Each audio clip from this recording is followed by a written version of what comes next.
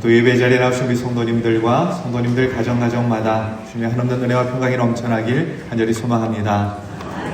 유정옥 사모님이 쓰신 울고 있는 사람과 함께 울 수 있어서 행복하다라는 책에 보면 자신의 아들이 군 입대를 하고 4박 5일간의 첫 번째 휴가를 받아 집에 돌아온 이야기를 기록해 놓았습니다.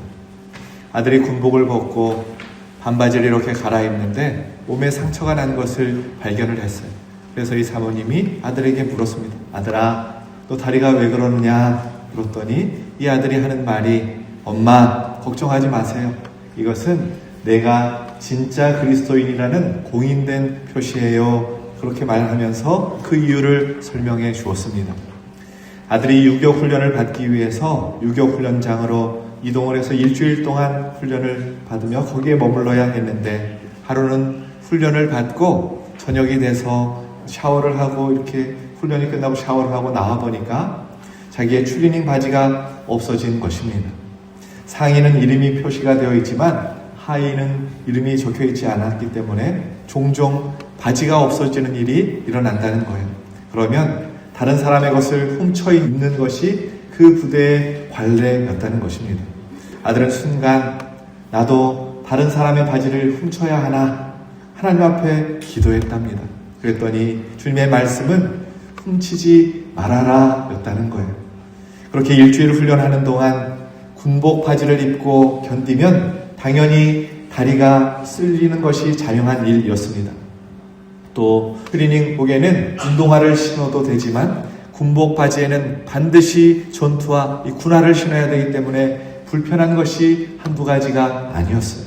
그럼에도 불구하고 주님이 원치 않는 일을 할 수 없어서 그냥 군복 바지를 입고 훈련하는 것을 선택했다는 것이죠. 또한 훈련생들이 이 아들이 그리스도인인 것을 알고 있기 때문에 말씀대로 살아야 한다라는 마음이 그에게 있었던 것입니다. 첫날 군복 바지를 입고 훈련하는 이 아들에게 동기생들이 와가지고는 너 그렇게 훈련받으면 살갗 다 나간다. 힘들어지니까 다른 사람의 것 빨리 훔쳐 입어. 이것이 군대의 법이니까 괜찮아. 그렇게 말을 해주는데도 아들은 자기가 다른 사람의 바지를 훔치면 또 잊어버린 그 사람은 또 다른 사람의 바지를 훔쳐야 하는 것이고 이 일이 계속해서 반복될 것이기에 내 선에서 끝내야겠다 생각을 했다는 것입니다. 주변의 동료들로부터 참 바보 같다고 조롱받고 야유하며 손가락질을 당해야만 했습니다. 이 아들은 그 시간을 묵묵히 견뎌냈어요. 그렇게 일주일을 견뎌온 아들에게 생도들이 다가와서 하는 말이, 내가 너를 지켜봤는데 너는 진짜 그리스도인이다. 너가 정말 하나님을 믿는 사람인 것 같다. 너를 존경하고 너가 믿는 하나님을 존경한다. 아들은 그곳에서 훈련받는 이 생도들의 숙연한 모습을 보게 되었다는 것입니다. 부대에 훈련을 마치고 도착을 하고 난 다음에 상처에 바르라고 연고를 가져다 주는 동기생도 있었고 추리닝복을 사가지고 선물을 해주는 사람도 있었습니다. 주변 사람들이 모두 이 아들에게 마음을 쏟아 주었다는 것이지. 함께 훈련받았던 2,000명의 생도들이 이 아들에게 붙여준 별명이 진짜 그리스도인이었다는 것입니다. 사랑하는 여러분, 예수 믿는 여러분은 어떤 별명을 듣고 그렇게 지내고 계십니까? 바라옵기는 무늬만 그리스도인, 입술로만 예수 믿는 사람이 아니라 세상에 예수 그리스도의 향기를 드러내며 진짜 그리스도인으로 거룩한 하나님의 백성으로 살아가시는 믿음의 사람들이 우리 기독교 모든 성도님들 되시길 예수 그리스도의 이름으로 축원합니다. 오늘 본문에서도 보면 안디옥 교회 교인들이 세상 사람들로부터 비로소 그리스도인이다 라고 일컬음을 받게 되었다라고 이야기를 소개하고 있습니다. 헬라어로 크리스티아누스, 곧 그리스도인이라는 이 말은 그리스도를 쫓는 사람, 그리스도를 닮은 사람, 작은 그리스도를 의미합니다. 우리말로 쉽게 표현하면 예수쟁이라는 의미를 가지고 있는 단어입니다.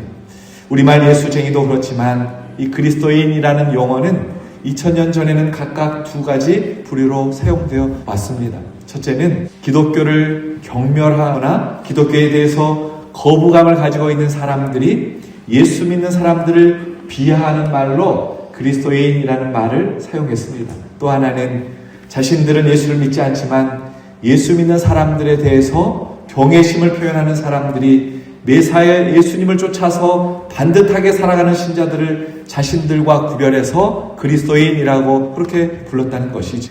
오늘 본문에 등장하는 안디옥에 사는 사람들이 안디옥 교회 성도들을 향해서 그리스도인이라고 불렀던 것은 후자의 긍정적인 의미의 그리스도인을 뜻하는 것입니다. 우리말로 비로소라고 번역된 프로토스라는 이 단어는 최초라는 의미를 가지고 있습니다. 그러니까 본문을 기록하고 있는 이 누가는 예수 믿는 이들이 최초로 그리스도인이라고 불렸던 장소가 안디옥이다라는 것을 강조하고 있는 것입니다. 만약 안디옥 사람들이 부정적 의미로 안디옥 교회 교인들을 향해서 그리스도인이라고 불렀다면 그토록 자랑스럽게 누가가 이 사실을 전하지는 않았을 것입니다. 그때까지 사울이라고 불리던 바울이 바나바와 함께 최선을 다해서 안디옥 교회에서 1년 동안 목회를 한 결과로 안디옥 교회 교인들이 그리스도인이라고 불리게 되었는데, 이 사울이 회심을 하고 안디옥 교회의 목회자가 되기까지, 또한 사도로 세워지기까지 결정적인 역할을 한 두 사람이 있습니다. 바로 아나니아와 바나바입니다. 오늘 이 두 사람을 통하여, 또한 안디옥 교회 성도들을 통하여 진짜 그리스도인, 주님의 참된 제자는 어떤 사람인가, 이 말씀을 묵상하려고 합니다. 또 말씀을 사모하는 저와 여러분에게 성령께서 큰 은혜 더하여 주실 줄로 믿습니다. 먼저 아나니아라는 사람은 핍박자 사울을 사도 바울로 변화시키는데 결정적인 역할을 한 사람입니다. 사울과 바울은 동일한 이름이에요. 히브리식 이름이 사울이고 헬라식 이름이 바울입니다. 사도행전 9장에 보면 사울이 예수님을 만나고서 눈이 멀어서 다메섹에 있는 유다의 집에 잠시 머물고 있었습니다. 그때 부활하신 주님께서 이 아나니아라고 하는 이 제자에게 말씀을 하시는 거예요. 구체적으로 어떻게 해야 할지를 지시를 해 주십니다.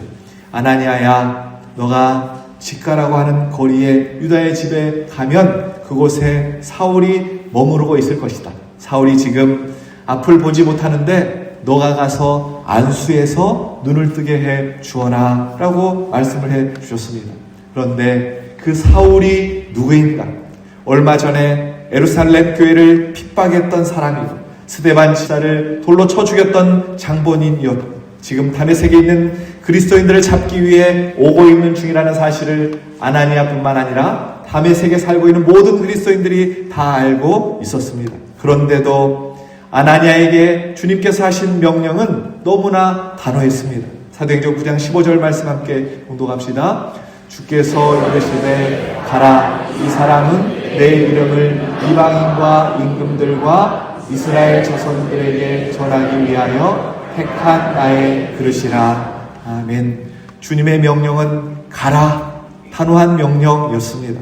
내가 다 알고 있으니 가라, 그는 나의 택한 그릇이다 라는 것이었어요. 여러분, 아나니아가 이 명령 앞에 얼마나 할 말이 많았을까요? 예수님의 이 명령 앞에 얼마나 질문이 그에게 많았을까요? 얼마나 그에게 큰 상처가 되었겠습니까? 예수님, 너무하시는 것 아닙니까? 우리는 안중에도 없습니까? 우리가 당하는 고난이나 핍박은 보이지도 않으십니까? 저 같아도 예수님께 이렇게 물어보았을 것 같습니다. 그러나 예수님의 명령에 대한 아나니아의 반응도 한 가지였습니다. 사도행전 9장 17절 상반절 말씀입니다. 시작. 아나니아가 떠나 그 집에 들어가서. 아나니아의 반응은 떠났다는 것입니다. 가라와 떠나 사이에 어떤 말도 없습니다. 어떤 질문도 없어요. 어떤 고민, 갈등도 없습니다. 원망, 불평, 어떠한 상처도 없습니다. 아나니아는 가라는 주님의 명령 앞에 즉시 순종했다라는 것이죠. 여러분, 이것보다 더 중요한 제자의 삶은 없는 것입니다. 주님의 명령에 즉각 순종하는 삶이 참된 제자의 삶이다라는 것이지. 그런데 여러분, 이 상황을 바꿔서 사울의 입장에서 한번 생각해 보십시오. 사울은 사내들인 공회의 이 권위를 위임받아서 예수 믿는 사람들을 잡기 위해서, 예수 믿는 사람들을 정죄하기 위해서 다메섹으로 지금 가고 있었습니다. 그런데 갑자기 밝은 빛 때문에 사울의 눈이 멀었어요. 알지 못하는 사람들이 두 팔을 잡고 자신을 어디론가 데리고 가는 거예요. 앞이 보이지 않아 지금 자신이 어디에 와 있는지도 모르는 것입니다. 이 순간에 의지할 수 있는 것은 오직 귀밖에 없었어요. 들려오는 소리들밖에 없었습니다. 수많은 사람들이 자신 앞을 지나다니면서 하는 말이 저 사람이 사울이다. 예루살렘 교회 그리스도인들을 핍박했던 저 사람이 사울이다. 스데반을 죽였던 그 나쁜 사울이다. 그러는 것입니다. 그 순간 사울은 죽음의 공포와 두려움이 몰려왔습니다. 바로 그때 한 사람이 문을 열고 들어왔는데 숨을 헐떡거리는 것입니다. 이 사람이 나를 해하러 왔는지 도우러 왔는지 알 수가 없어요. 그 사람이 자신 앞에 서자 사울은 귀를 쫑긋 세우고 그 사람이 하는 말을 듣는 것입니다. 그때 아나니아가 사울에게 했던 첫 마디가 무엇입니까? 사도행전 9장 17절 말씀 함께 봉독합시다. 아나니아가 떠나 그 집에 들어가서 안수하여 이르되 형제 사울아 주 곧 내가 오는 길에서 나타나셨던 예수께서 나를 보내어 너로 다시 보게 하시고 성령으로 충만하게 하신다 하니 아멘. 아나니아가 예수님의 명령에 즉시 순종함으로 가서 했던 첫 마디는 형제 사울아 였다는 것입니다. 여러분, 어떻게 나를 잡으러 온 내 형제들을 핍박하고 내 동역자를 죽였던 그 사람을 내 원수 사울아 이렇게 말하는 것이 아니라 형제 사울아라고 말할 수 있을까요? 어떻게 예루살렘 교회를 핍박하고 힘들게 했던 그 나쁜 놈을 향해서 형제라고 부를 수 있는 것입니까? 어떻게 스데반 집사를 돌로 쳐 죽인 그 악한 사람을 향해서 형제라고 부를 수 있는 것입니까?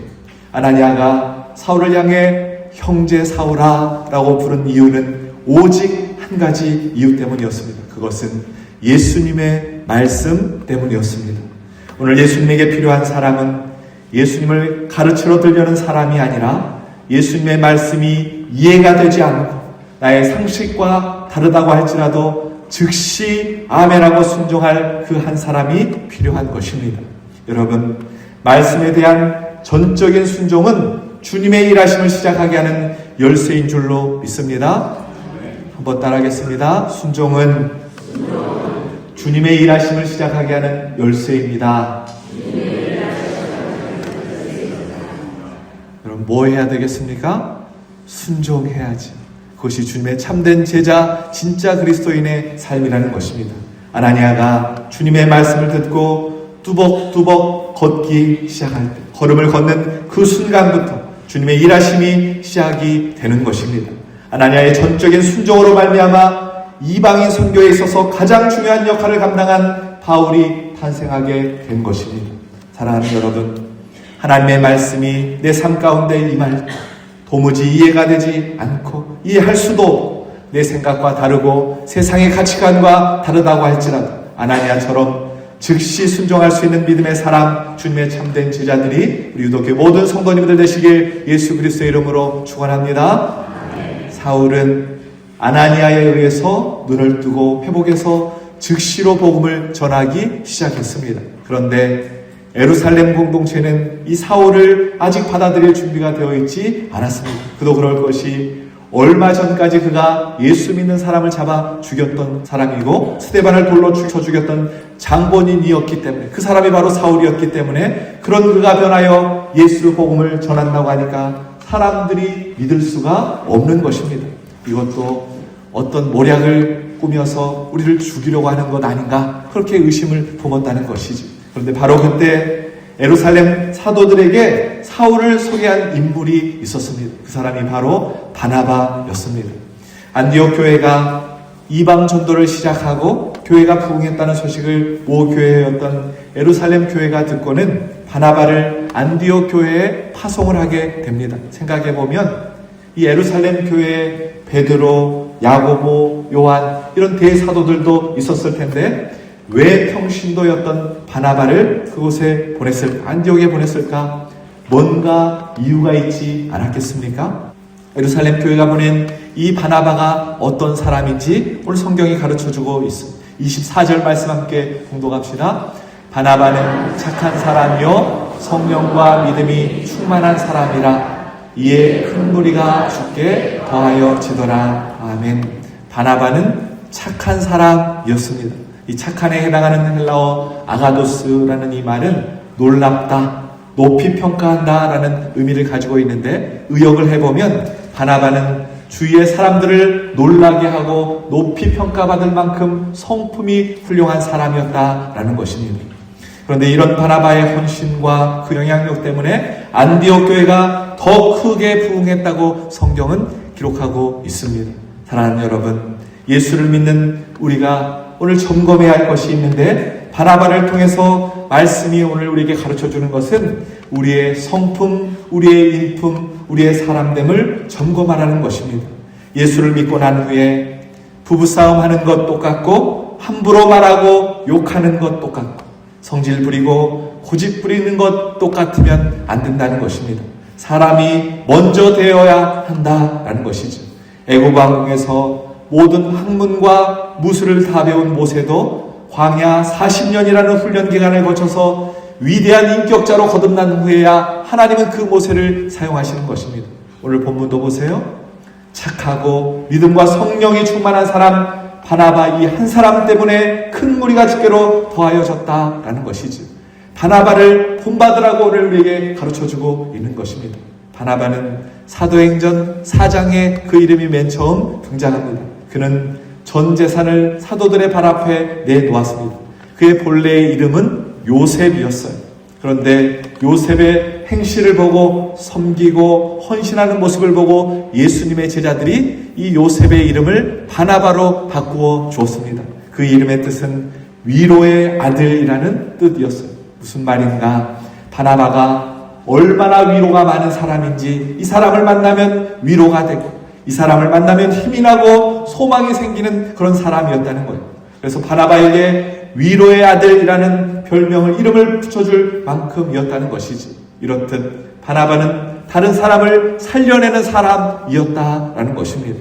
바라옵기는 예수 그리스도의 성품을 닮아서 바나바처럼 다른 이들에게 힘이 되고 위로가 되고 소망이 되는, 다른 사람을 살려내는 생명의 사람들, 믿음의 사람들이 우리 이렇게 모든 성도님들 되시길 예수 그리스도의 이름으로 축원합니다. 꼭 이런 사람이 되기를 소망합니다. 바나바는 안디옥 교회를 통하여 하나님의 나라가 확장되어가는 모습을 보고 기쁨으로 가득 찼습니다. 그러다가 그가 생각을 했어요. 내가 안디옥의 파송을 받아서 담임 목회를 하고 있지만 여기에 적임자는 내가 아니라 사울이다, 이렇게 생각을 했어요. 바나바는 이 바울을 10년 전에 만난 적이 있었습니다. 사도행전 9장과 사도행전 11장 이 사이는 성경학자들에 의하면 약 10년의 차이가 있다고 추정을 합니다.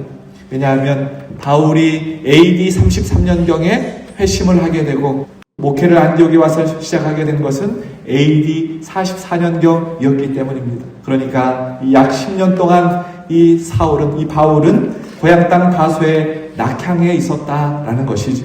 그래서 바나바가 바울을 데리러 가는 것입니다. 오늘 25절 말씀을 보세요. 바나바가 사울을 찾으러 다소에 가서라고 되어 있습니다. 왜 다소에 갔는가? 물밀듯이 몰려드는 이 성도들, 이 안디옥 교회의 부흥을 바나바가 혼자서 감당할 수 없는 것입니다. 그래서 생각한 사람이 사울이었다는 것이죠. 그런데 바울이 머물고 있는 이 다소는 안디옥에서 거리가 약 250km 떨어져 있는 곳입니다. 그러면 자리를 비울 필요가 없이 다른 사람 한 명 보내면 되는 것입니다. 그런데 바나바가 직접 이 바울을 데리러 나서는 것입니다. 왜 바나바는 그렇게 하는 것일까요? 바울이 그렇게 대단한 사람이라는 것을 안디옥 교회 성도들에게 각인시켜 주시고 싶은 마음이 이 바나바에게 있었던 것입니다. 얼마나 대단한 사람이기에 바나바, 이 착한 사람이요 믿음과 성령이 충만한 사람이 그 중요한 시기에 안디옥 교회를 비우고 이 바울을 데리러 왕복 500km나 되는 이 먼 길을 다녀오는 것인가? 그렇게 사람들에게 바나바가 보여주고 싶었던 것입니다. 오늘날처럼 하루 만에 다녀올 수 있는 거리도 아니고 길도 좋지 않았습니다. 강도를 만날 수 있고 위험에 처할 수도 있는 길이었습니다. 4년 전에 제가 바울의 선교지를 성지순례로 다녀왔습니다. 5월경에 다녀왔는데 산봉우리에 아직 눈이 덮여 있었어요.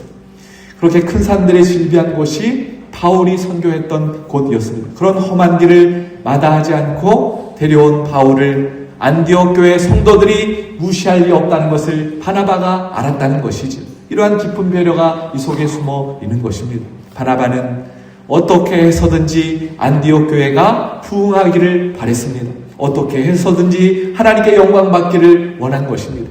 이 자리에 적임자는 내가 아니다, 바울이다. 나보다 바울이 훨씬 더 낫다. 이 생각을 바나바가 했다는 것입니다. 그런데 여러분, 이런 생각은 아무나 하는 생각이 아닙니다. 우리에게도 이런 마음의 자세가 필요한데 참으로 쉽지가 않습니다. 훗날 이 바나바의 이 마음을 바울이 그대로 배우게 됩니다. 그래서 바울이 이렇게 고백을 해요. 고린도전서 4장 15절 말씀 함께 공독합시다. 그리스도 안에서 1만 스승이 있으되 아버지는 많지 아니하니 그리스도 예수 안에서 내가 복음으로써 너희를 낳았음이라. 아멘. 스승은 지혜와 철학을 가르치지만 아버지는 생명을 전해주는 것입니다. 지식은 사람을 바꿀 수 없지만 생명은 사람을 바꾸는 것입니다. 바울은 바나바가 자신에게 보여준 것처럼 복음의 아버지가 되어서 생명의 목회를 자신도 하기 시작했다라는 것이죠. 이런 바나바와 바울의 생명을 거는 목회 사역을 통하여 안디옥 교회에서 비로소 어떤 일이 벌어졌는가, 오늘 본문 26절 말씀 함께 공독합시다. 만남 후에 안디옥에 데리고 와서 둘이 교회에 1년간 모여 있어 큰 무리를 가르쳤고 이 안디옥에서 비로소 그리스도인이라 일컬음을 받게 되었더라. 아멘. 믿지 않던 사람들이 안디옥 교회 성도들을 보고 최초로 그리스도인이라는 그렇게 부르는 사람들이 나타났다라는 것입니다. 이것은 바울과 바나바의 땀의 결실이었습니다. 생명을 다하여 예수 그리스도를 전하고 자신의 모든 것을 걸고 나보다 다른 사람이 더 잘 되기를 바라는 그 썩은 미랄의 정신이 오늘 안디옥 교회에 변화를 일으켰고 부흥을 가져왔다라는 것입니다. 앞에서도 말했지만 그리스도인이라는 말은 그리스도를 닮은 사람, 작은 그리스도를 의미합니다. 예수에 대해서 다 알지 못하지만 예수라는 분이 있다면 바로 저 사람이 예수일 것이다. 이렇게 예수님과 견줄 수 있는 사람, 예수님께 속한 사람, 예수님을 닮은 사람, 그런 사람들이 안디옥의 성도들이었다라는 것이죠. 여러분 기억하십시오. 예수를 믿지 않는 안디옥의 이방 사람들이 예수 믿는 안디옥 교회 성도들을 바라보고 그 삶을 보고 붙여준 별명이 그리스도인이었다는 것입니다. 그들이 입술로만 예수 믿는 사람이 아니었다는 것이지. 그런데 여러분, 우리는 어떻습니까? 입술로만 예수 믿고 있지 않은지 점검을 하는 거예요. 주변에 믿지 않는 이웃들이, 친구들이, 가족들이, 오늘 우리 다음 세대들이 우리가 예수를 어떻게 믿고 있는지 다 바라보고 있다는 것입니다. 그래서 베드로 사도는 우리에게 권면을 해주고 있어요. 베드로후서 1장 5절에서 7절까지 말씀 함께 공독합시다. 그러므로 너희가 더욱 힘써 너희 믿음의 덕의 지식을, 지식의 절제를, 절제의 인내를, 인내의 경건을, 경건의 형제의 우애를, 형제의 우애에 사랑을 더하라. 아멘. 베드로가 말한 이 모든 덕목은 예수 그리스도의 성품을 말하는 것입니다. 예수 그리스도의 성품을 닮으라라고 권면하고 있는 것이지. 바라옵기는 예수님께 속한 사람, 누르면 예수가 나오고 건드리면 예수가 나오고 입을 열면 예수 생명이 나오고 생각하는 것마다, 말하는 것마다, 행동하는 것마다 예수님처럼 행하는 사람, 그 사람이 저와 여러분 되시길 주님의 이름으로 축원합니다. 지금도 튀르키예의 안디옥이라는 곳에 가면 그 옛날 박해받았던 그리스도인들이 함께 모여 예배드리던 동굴교회가 잘 보존되어 있다고 합니다. 이 교회는 산 중턱에 위치해 있어서 안디옥의 시가지가 한눈에 훤히 내려다 보이는 곳인데 그 교회에 들어가 보면 10평도 채 되지 않은 작은 예배실이 있다는 겁니다. 그리고 예배실 바로 옆에 조그마한 통로가 하나 있는데 이 통로는 산 위쪽을 향해서 뚫려 있고 겨우 한 사람 빠져나갈 수 있도록 만들어져 있다는 거예요. 유대인이나 로마 군인이 덮치려고 찾아올 경우에 피신하기 위해서 만들어 놓은 비상 터널이 바로 이 통로라는 것이죠. 여러분, 이것이 무엇을 말하는 것입니까? 안디옥 교회 교인들은 예배를 드릴 때마다 생명을 걸고 주님 앞에 예배 드렸음을 우리에게 보여주고 있는 것이지. 약속된 시간이 되면 사방에서 비밀리에 그리스도인들이 한자리에 모이는 것입니다. 이 동굴교회로 모여듭니다. 그리고 예배가 시작되면 교인 중에 한 명이 파수꾼이 되어서 동굴 밖에서 망을 보는 거예요. 그리고 산 아래쪽에서 박해자의 모습은 나타나지 않는지, 만약에 박해자가 모습이 발견이 되면 파수꾼은 동굴로 들어가서 예배드리고 있는 그리스도인들에게 즉각알리고, 그 속에서 이 그리스도인들은 바위로 동굴을 막아버립니다. 그리고 차례대로 비상터널을 통해서 산 위쪽으로 피신을 하는 것이지. 만약에 시간이 늦어서 그 터널로 통과하지 못하게 되면 박해자들에 의해서 잡혀서 맹수의 밥이 되어 죽고 화형당해서 처형되게 되는 것입니다. 당시에 그리스도인들은 이처럼 예배 드릴 때마다 매번 생명을 걸어야만 했다라는 것이지. 그럼에도 불구하고 그들은 죽을지언정 그리스도인이기를 포기하지 않았습니다. 안디옥 교회를 공동 목회하던 바나바와 바울 역시 마찬가지였어요. 바나바는 자신의 고향인 구브로에서 유대인들의 돌에 맞아 순교를 당해서 죽습니다. 고향 사람들이 보는 앞에서 참혹한 죽음을 당하는데도 불구하고 그렇게 죽어가는 그 바나바의 모습 속에 죽을지언정 그리스도인이기를 포기하지 않는 바나바의 모습을 보여주었다라는 것이죠. 바울 역시 그리스도인의 정체성을 고수하다가 로마에서 참수형 목이 잘려 죽는 죽음을 그가 당합니다. 그리스도인이기를 포기하지 않았다는 것이죠. 바울과 바나바에게 그런 신앙을 배운 안디옥 교회 성도들도 박해자들의 계속된 박해가 있었지만 그럼에도 불구하고 죽을지언정 그리스도인이기를 포기하지 않았고, 그 모습을 안디옥의 모든 사람들이 보면서 저들이 진짜 그리스도인이다 그렇게 인정했다라는 것입니다. 그러면 그런 박해가 있음에도 불구하고 그들은 왜 그리스도인이기를 포기하지 않을 수 있었을까요? 그것은 모든 박해자들보다 로마의 황제보다 자신들이 믿는 하나님이 더 크고 위대한 분이심을 그들이 알았기 때문입니다. 예수님께서 하나님이 어떤 분이신지 요한복음 10장 27절에서 30절에 가르쳐주고 있습니다. 함께 공독합시다. 내 양은 내 음성을 들으며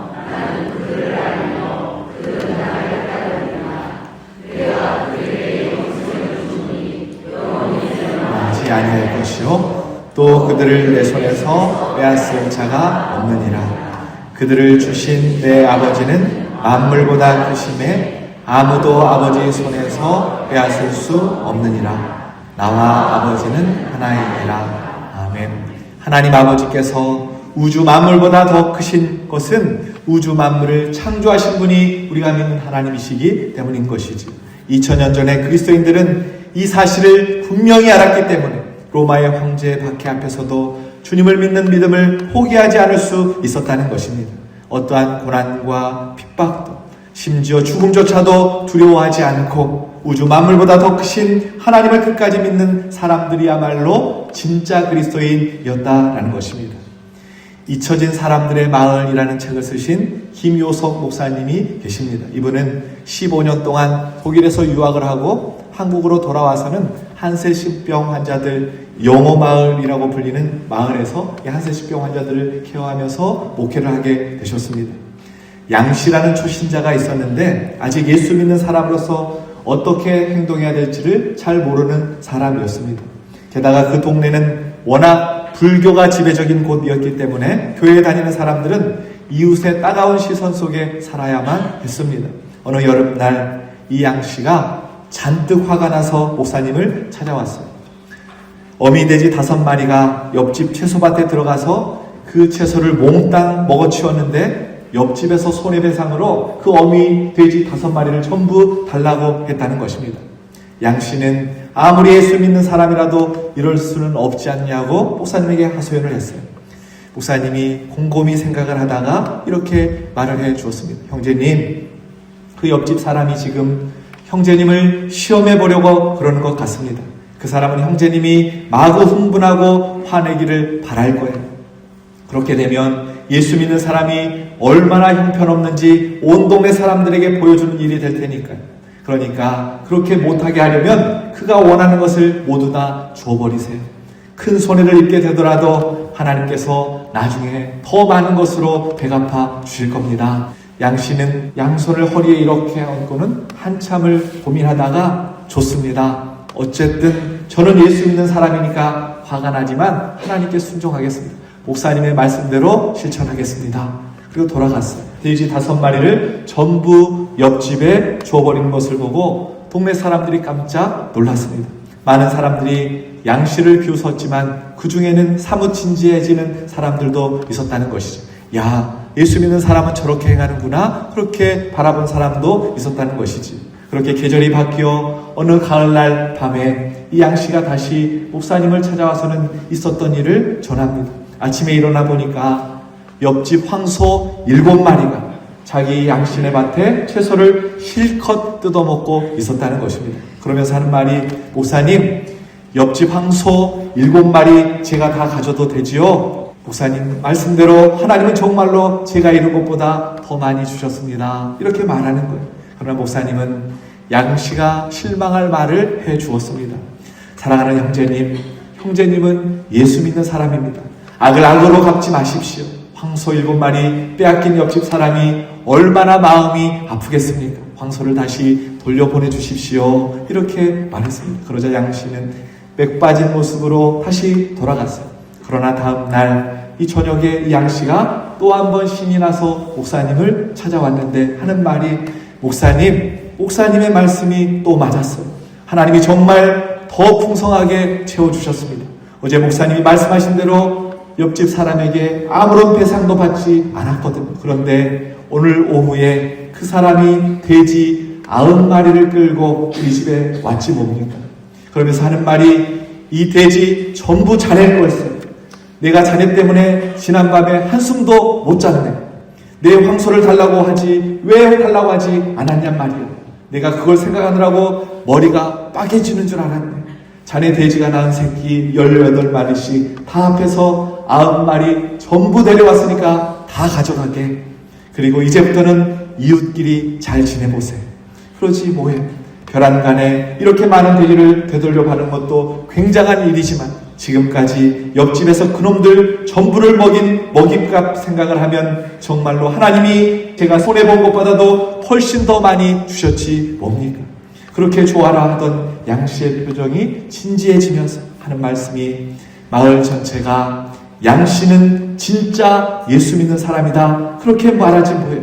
이거야말로 하나님께 받은 최고의 선물 아니겠습니까, 목사님? 이렇게 말을 하더라는 것입니다.